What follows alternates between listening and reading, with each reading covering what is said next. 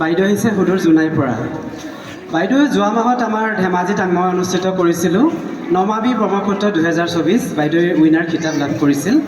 লগতে বাইদেউ বহুতকেইটা এৱাৰ্ড তেখেতে লাভ কৰিছে, তেখেতে বোলছবিত অভিনয় কৰিছে। গতিকে বাইদেউৰ মুখেৰে অকণমান জানো আহকচোন।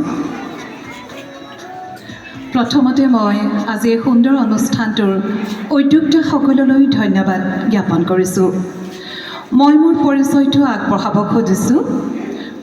প্ৰাগজ্যোতিকাময়, কামৰূপিকাময়, নিজৰ লাস্যময়ী।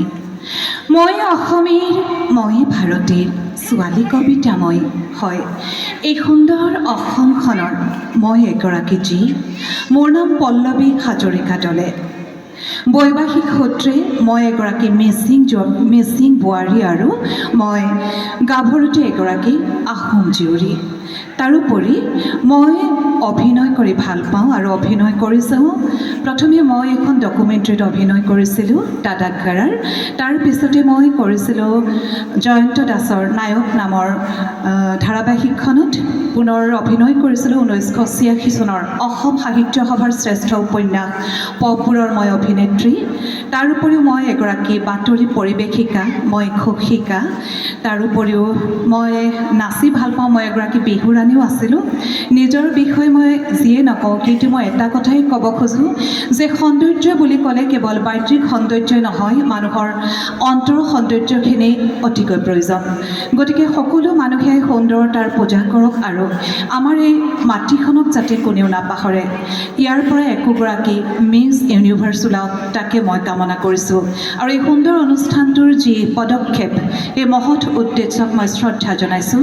ইয়াকে কৈ মই সকলোলৈকে মোৰ হিয়া ভৰা প্ৰীতি শুভেচ্ছা জ্ঞাপন কৰিছোঁ। ধন্যবাদ। আৰু এটা ঘোষণা আগবঢ়াইছোঁ। এইবাৰ যেনেকৈ আমি প্ৰথম বাৰ্ষিক কহুৱাত এগৰাকী পুৰুষ বা মহিলা আমি অসম গৌৰৱ বঁটা আগবঢ়াইছোঁ। এইবাৰ পোনপ্ৰথমভাৱে অসম গৌৰৱ বঁটা আগবঢ়াইছোঁ শ্ৰীযুতা পল্লৱী হাজৰিকা দলে বাইদেউ। অহা বছৰ হয়তো আমি বেলেগ কাৰোবাক জনাম, কিন্তু এইবাৰ মোৰ শ্ৰদ্ধাৰ বাইদেউ পল্লৱী হাজৰিকা দলে বাইদেউলৈ অসম গৌৰৱ বঁটা আগবঢ়াইছোঁ। বঁটাটি আগবঢ়াইছে সভাপতি ৰাতুল গগৈ, সম্পাদক গিৰীশ গোহাঁই আৰু হাতত ট্ৰফিটো লৈ আছে আমাৰ ঘোষক বিজয় চুতীয়া। সকলোৱে জোৰে এটা হাত চাপৰি দিয়ক। এয়া আজি আমাৰ মঞ্চত অসম গৌৰৱ বঁটা লাভ কৰিছে পল্লৱী হাজৰিকা দলে বাইদেউ।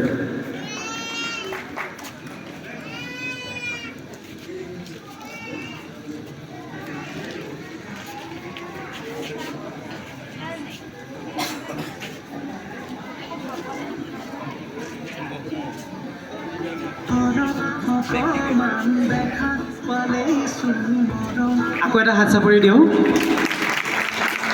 আৰু ইয়াৰ লগে লগে আমি মঞ্চৰ পৰা বিদায় লৈছোঁ। পৰৱৰ্তী কাৰ্যসূচীৰ বাবে এংকৰ বিজয় চুতীয়ালৈ মাইক্ৰফোন আগবঢ়াইছোঁ। ধন্যবাদ। বহু ব্যস্ততাৰ মাজত আমাৰ মাজত উপস্থিত হোৱাৰ কাৰণে আপোনাৰ সুস্বাস্থ্য আৰু দীৰ্ঘ কামনা কৰিছোঁ। ধন্যবাদ।